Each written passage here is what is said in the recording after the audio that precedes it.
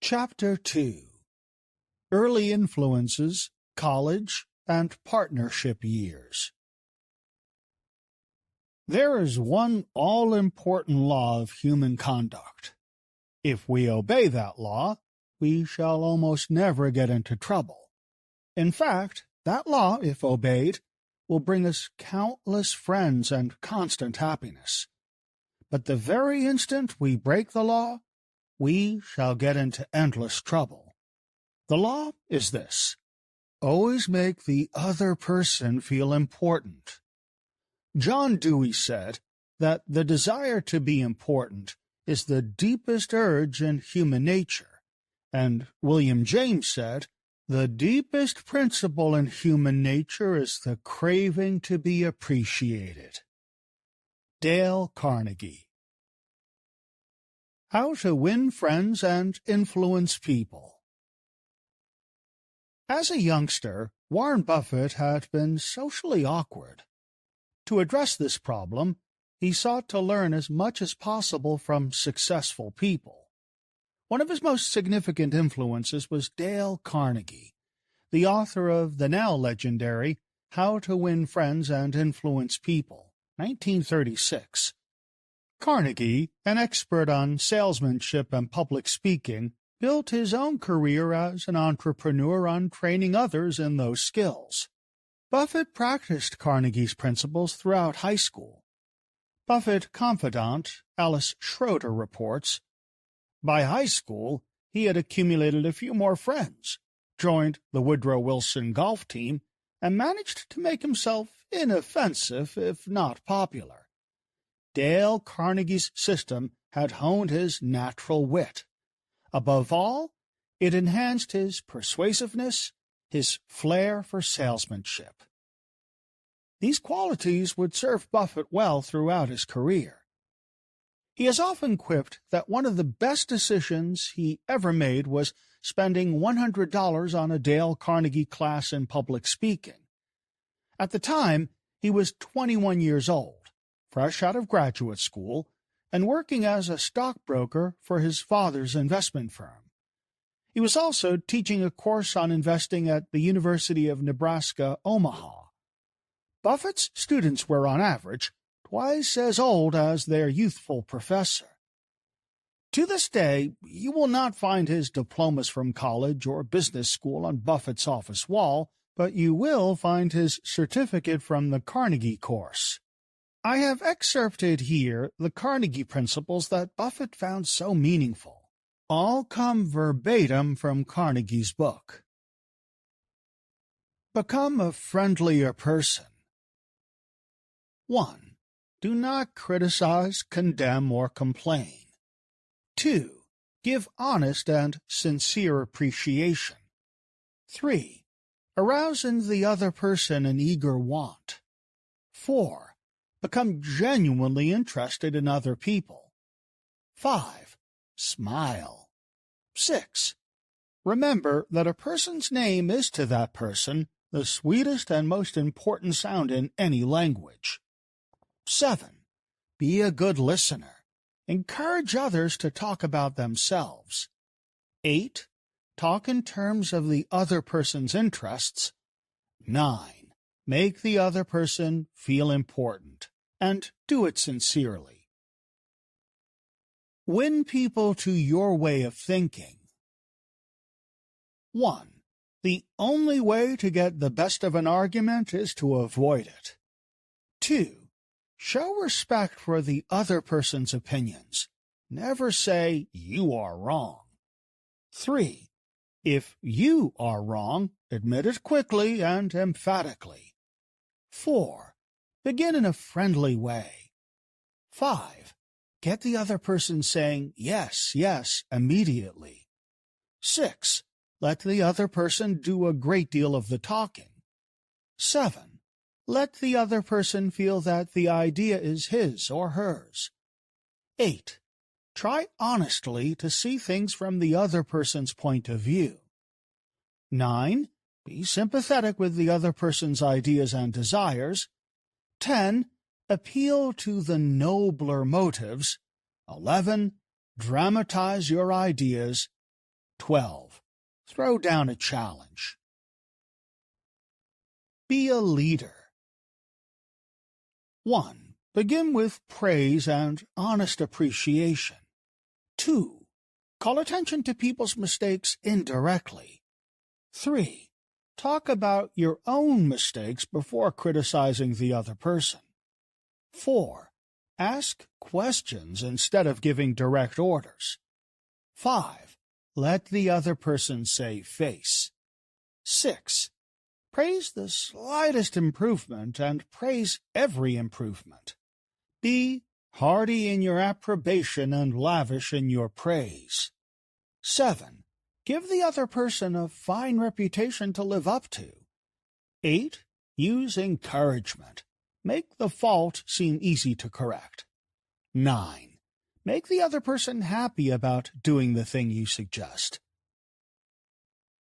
Here is some additional guidance from Carnegie's book that Buffett incorporated into his life and work. Benjamin Franklin, tactless in his youth, became so diplomatic, so adroit at handling people, that he was made American ambassador to France. The secret of his success? I will speak ill of no man, he said, and speak all the good I know of everybody. Any fool can criticize, condemn, and complain, and most fools do. But it takes character and self-control to be understanding and forgiving. A great man shows his greatness by the way he treats little men.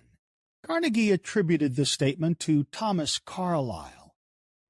I consider my ability to arouse enthusiasm among my people the greatest asset I possess, and the way to develop the best that is in a person is by appreciation and encouragement. There is nothing else that so kills the ambitions of a person as criticisms from superiors. I never criticize anyone. I believe in giving a person incentive to work, so I am anxious to praise but loath to find fault. If I like anything, I am hearty in my approbation and lavish in my praise. Carnegie attributed this to Charles Schwab. The only way on earth to influence other people is to talk about what they want and show them how to get it. Alfred Adler, the famous Viennese psychologist, wrote a book entitled What Life Should Mean to You. In that book he says, "It is the individual who is not interested in his fellow men who has the greatest difficulties in life and provides the greatest injury to others. It is from among such individuals that all human failures spring." Charles Schwab told me that his smile had been worth $1 million, and he was probably understating the truth. For Schwab's personality, his charm, his ability to make people like him were almost wholly responsible for his extraordinary success, and one of the most delightful factors in his personality was his captivating smile. Actions speak louder than words, and a smile says, "I like you. You make me happy. I am glad to see you." Buffett and higher education.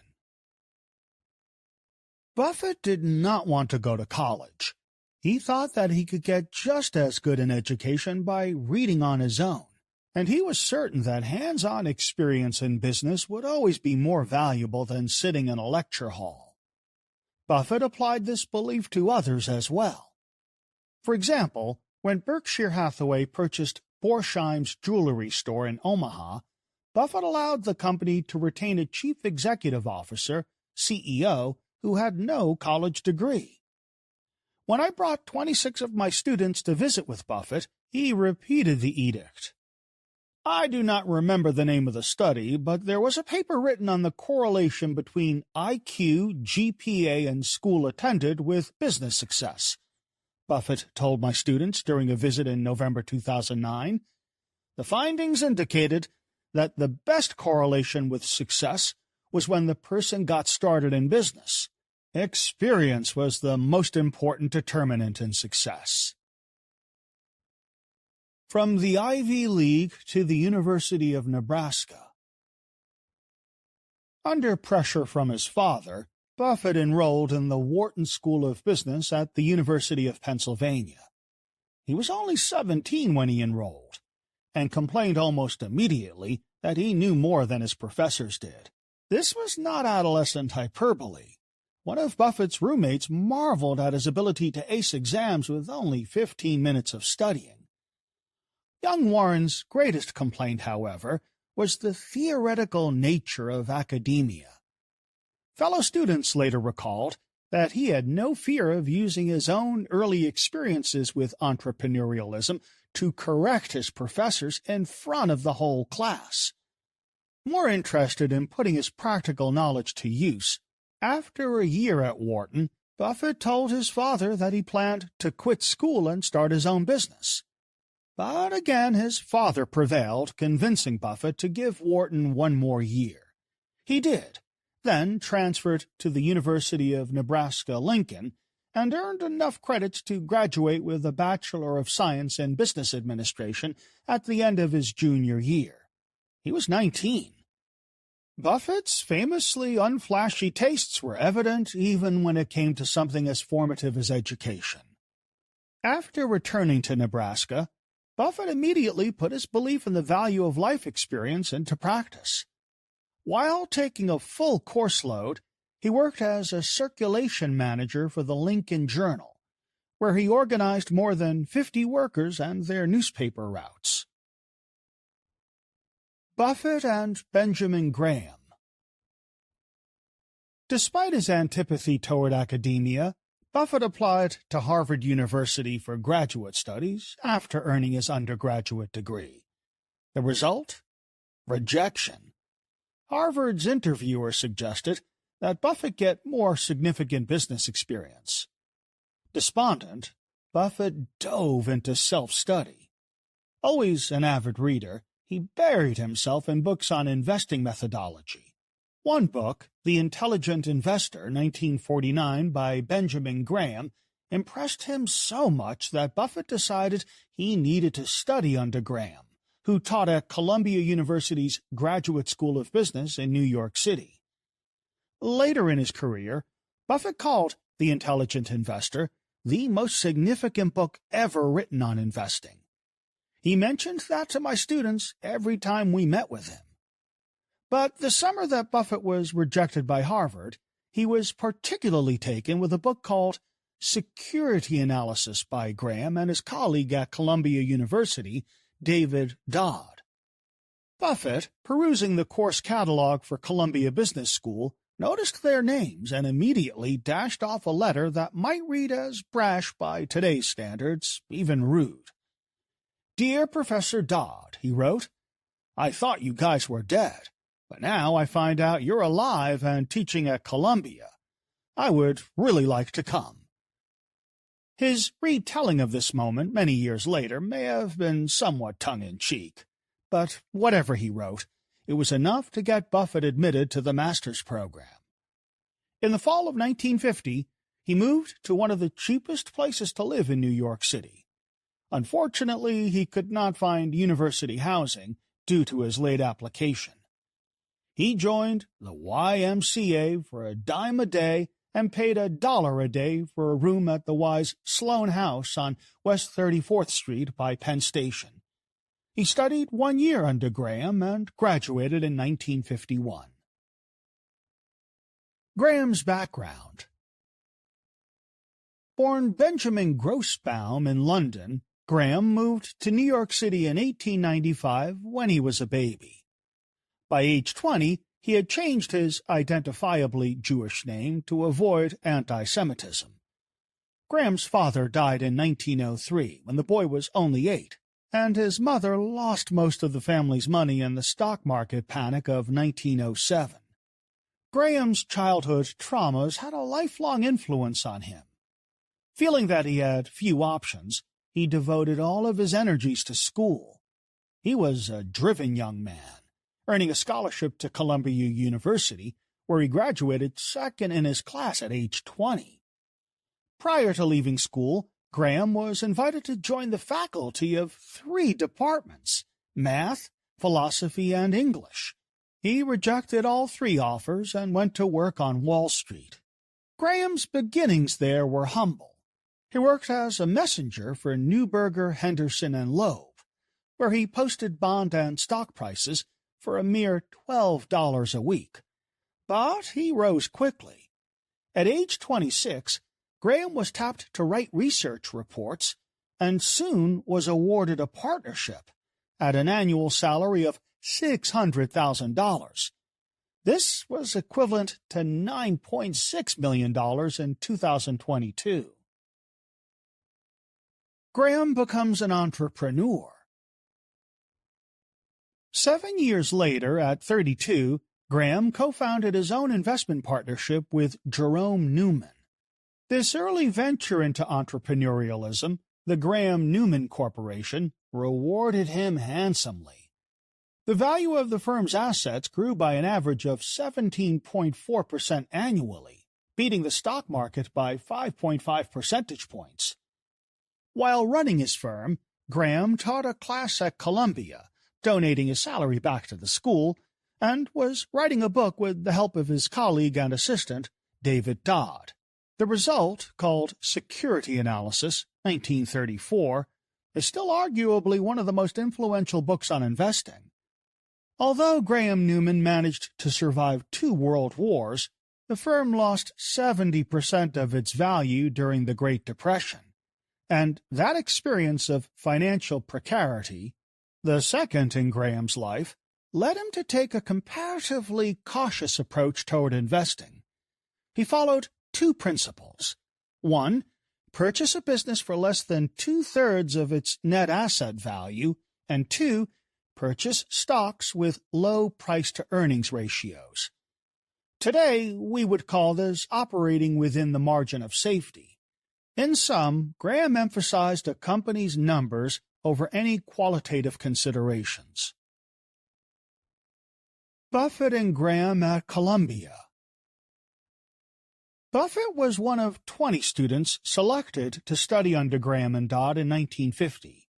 He was the youngest in the class, but became one of Graham's prize pupils, the only student ever to earn an A+ from the revered professor. It's hardly surprising. Both men were independent-minded and entrepreneurial. Buffett had grasped the value of having a mentor, and Graham welcomed talented students. He made such a powerful impression that Buffett later modeled his own mentorship of students on Graham's example. Under Graham, Buffett immersed himself in security analysis and the intelligent investor.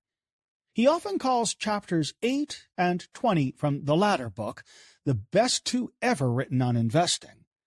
I discuss both chapters at length later in this book. In 1951, Buffett left Columbia with a Master of Science in Economics. Buffett on Wall Street. Buffett immediately applied to work at the firm founded by his new intellectual guru, even offering to work at the Graham-Newman Corporation for free. But Graham rejected his application. He wanted to hire only Jews, who were unwelcome at many Wall Street firms. As a result, Buffett moved back to Omaha and worked as a stockbroker for his father's investment firm from 1951 to 1954. It was during this time that Buffett took the Carnegie course on public speaking and taught his investment class at the University of Nebraska, Omaha. But he kept in touch with Graham, sharing savvy investment recommendations and patiently nurturing their connection. Throughout his career as a successful financier, Buffett would never forget his love of teaching. While he lived in New York, Buffett offered an adult education class in investing at a suburban public school, and he continued this tradition in Omaha, teaching a free course at Creighton University in the 1970s. Graham-Newman Corporation. Graham finally hired his star pupil in 1954. He was 24 and earning $12,000 a year, $126,500 in today's dollars. More important, he was learning.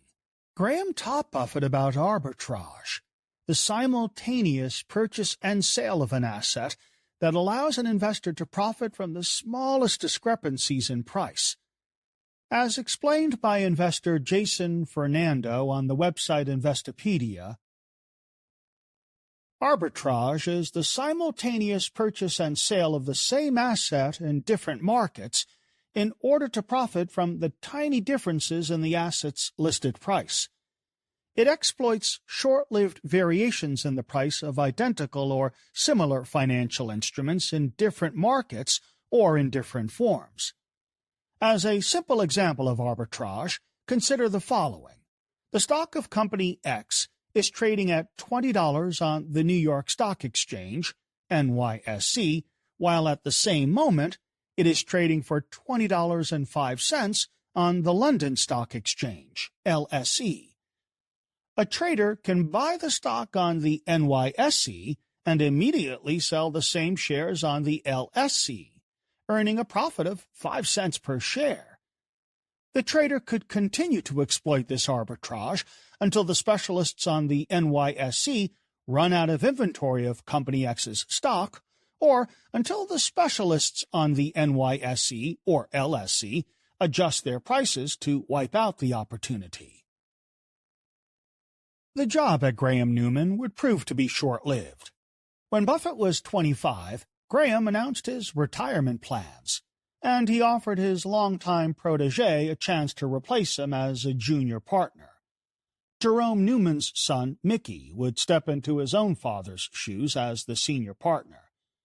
The firm's fund was relatively small, only about $7 million, or $75 million in today's dollars, but it was well respected. Warren Buffett, not yet 30, suddenly faced a pivotal life choice. This was a traumatic decision, Buffett recalled in 2012. Here was a chance to step into the shoes of my hero. I even named my first son Howard Graham Buffett. Howard was for my father. But I also wanted to come back to Omaha. I probably went to work for a month thinking every morning that I would tell Mr. Graham I was going to leave, but it was hard to do. Graham closed the partnership in 1956 and retired at age 61. Buffett returned to Omaha with $127,000, approximately $1.3 million in today's dollars. He had enough money to retire. The key to this plan was compound interest, something that Buffett calls the eighth wonder of the world.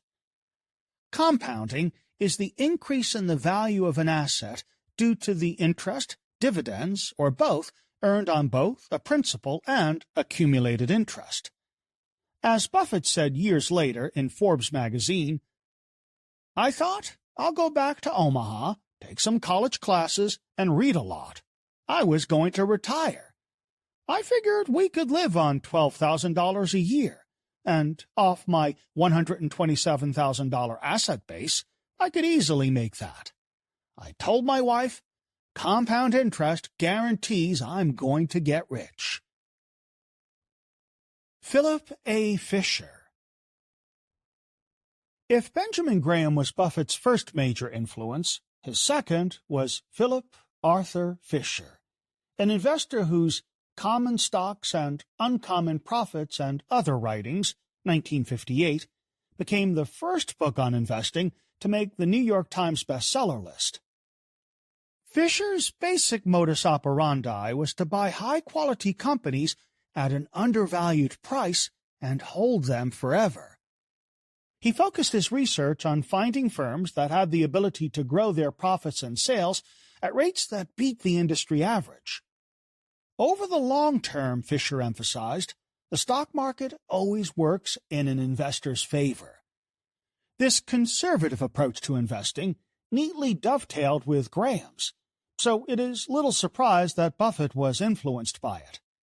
But where Graham was quantitatively oriented, Fisher employed the inherently qualitative scuttlebutt methodology, that is, gathering first-hand knowledge about a company from various sources.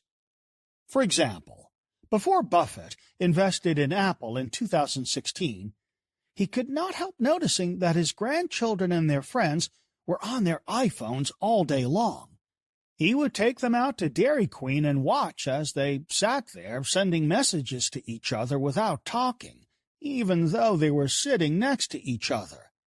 Another famed proponent of using scuttlebutt methodology is Peter Lynch, the famous investor from Fidelity Investments. Lynch was a good observer of the obvious. When he saw long lines at a retail establishment, he would get excited about an investment opportunity.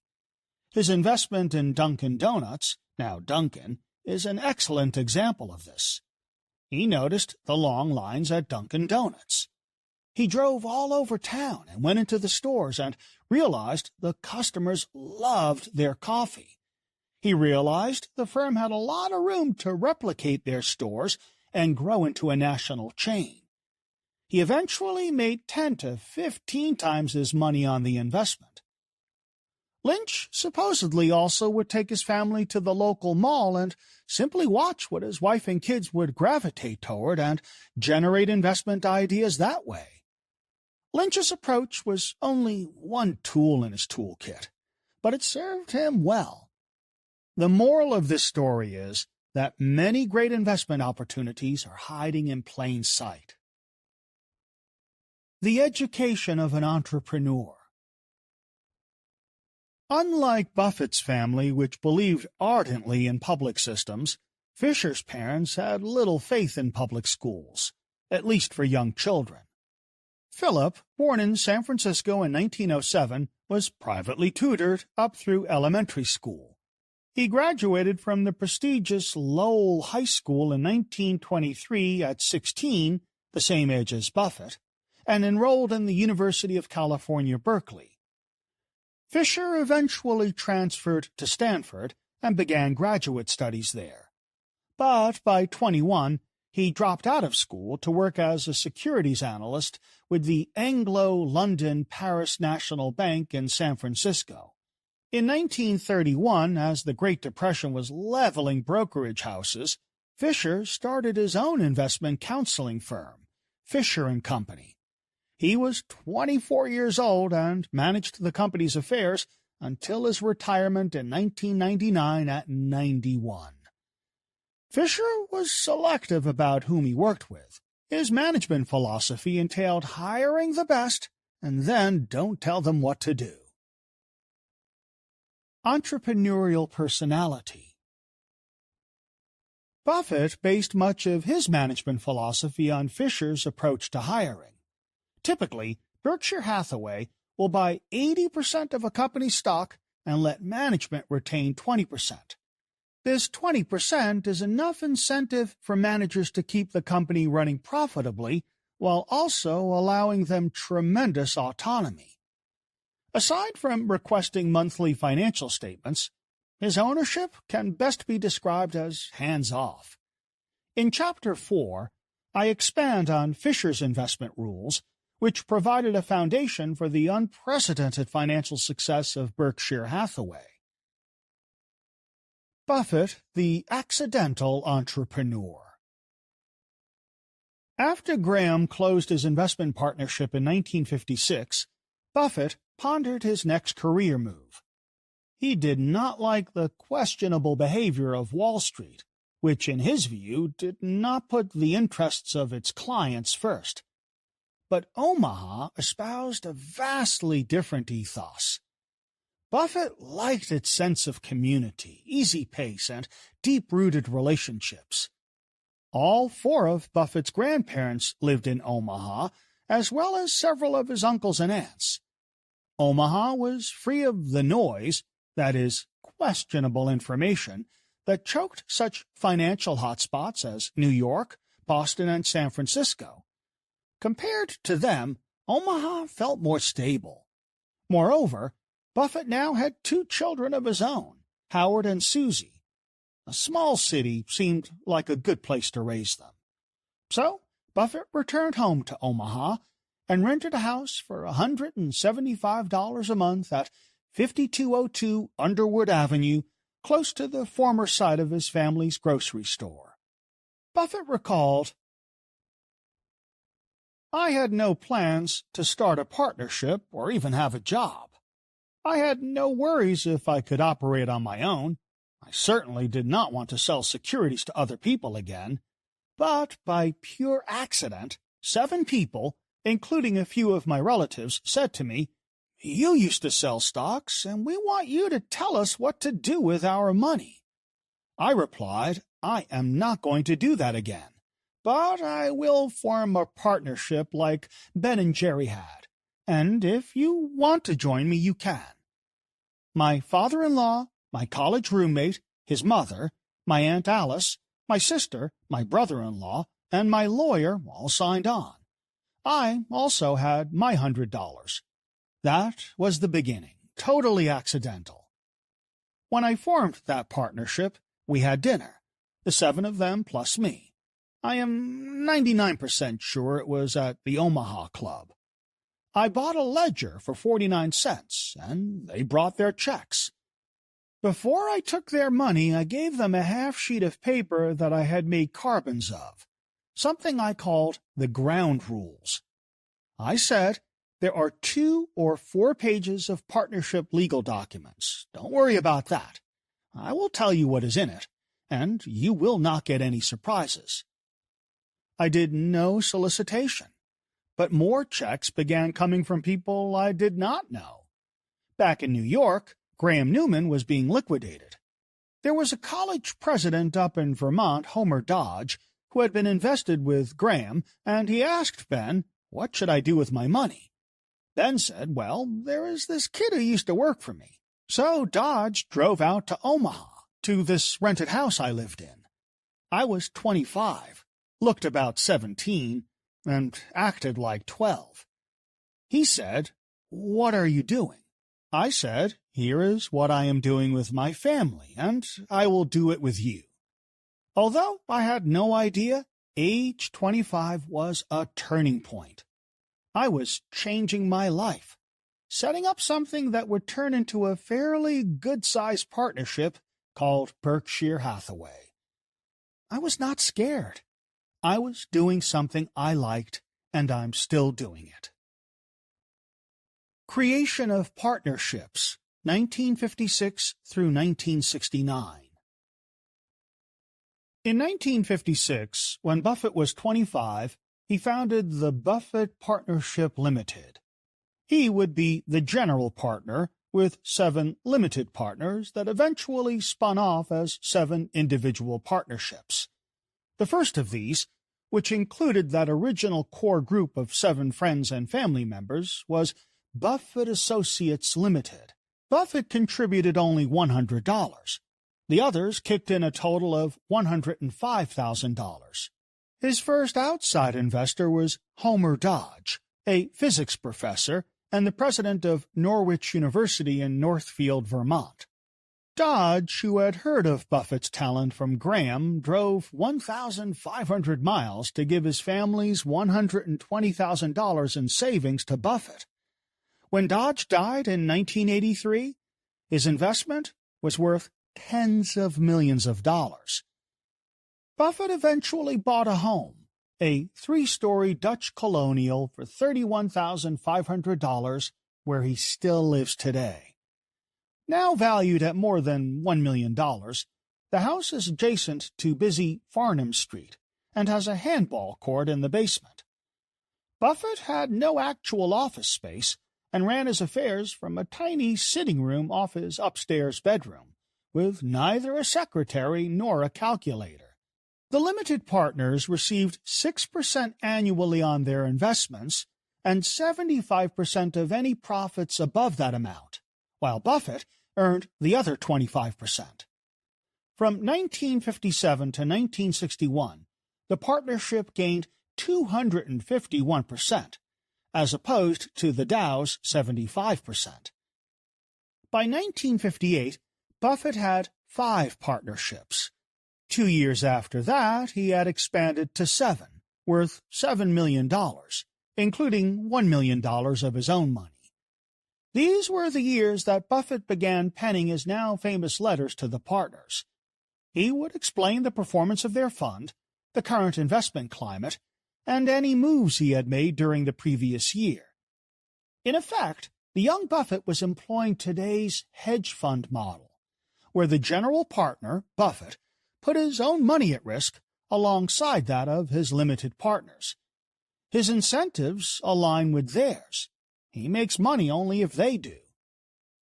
However, in contrast to today's hedge funds, there is no evidence to suggest that Buffett focused primarily on asset gathering.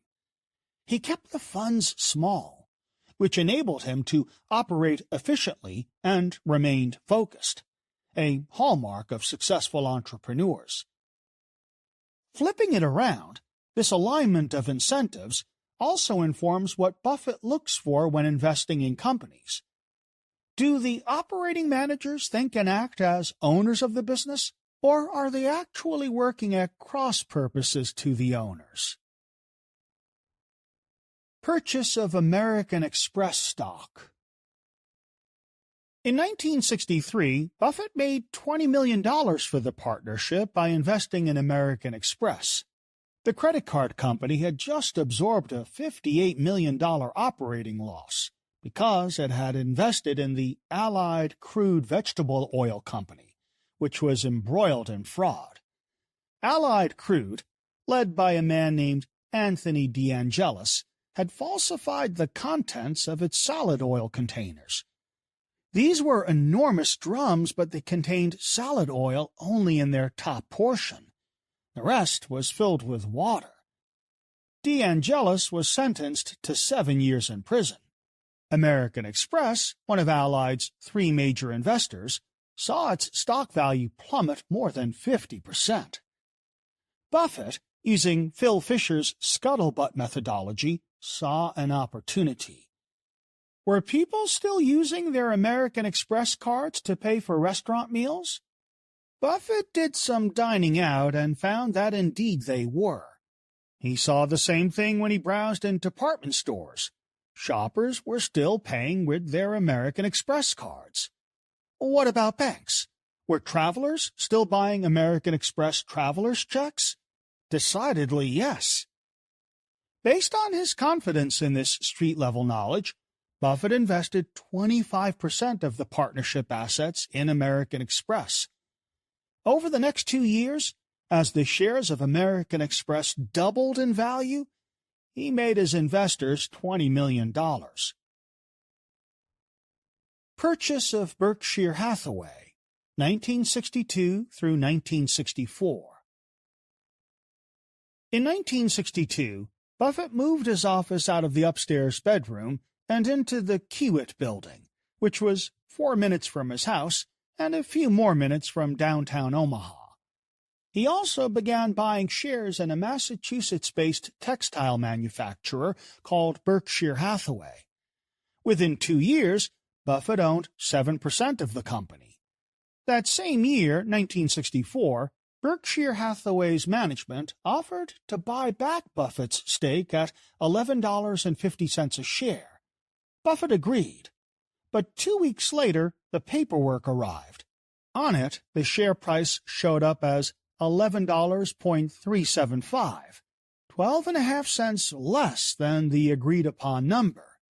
Infuriated, Buffett turned around and bought the whole company.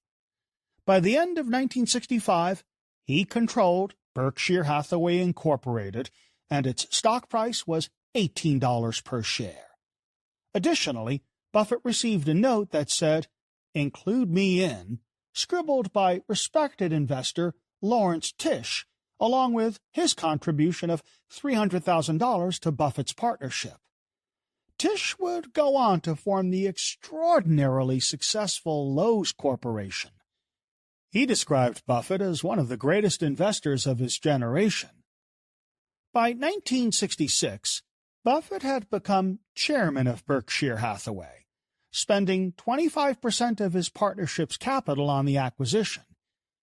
He would later concede that this emotion-fueled move was probably the biggest investment mistake he ever made. It ended up costing him billions in today's dollars when Berkshire failed as a company. His longtime business partner, Charlie Munger, wondered if Buffett's judgment hadn't been clouded by his father's death 5 days before the acquisition. But Buffett hung on to the name all the same.